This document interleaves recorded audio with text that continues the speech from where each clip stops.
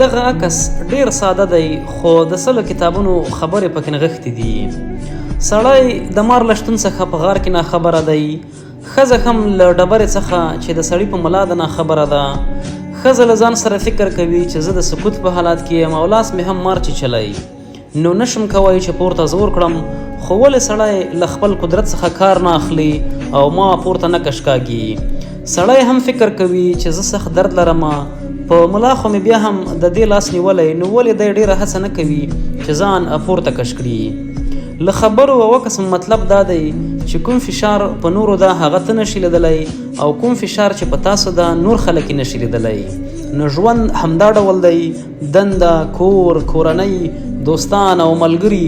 نو موږ باید یو بل درک کړو او باید ژر قضاوت ونه کړو، تل باید مهربانه اوسو.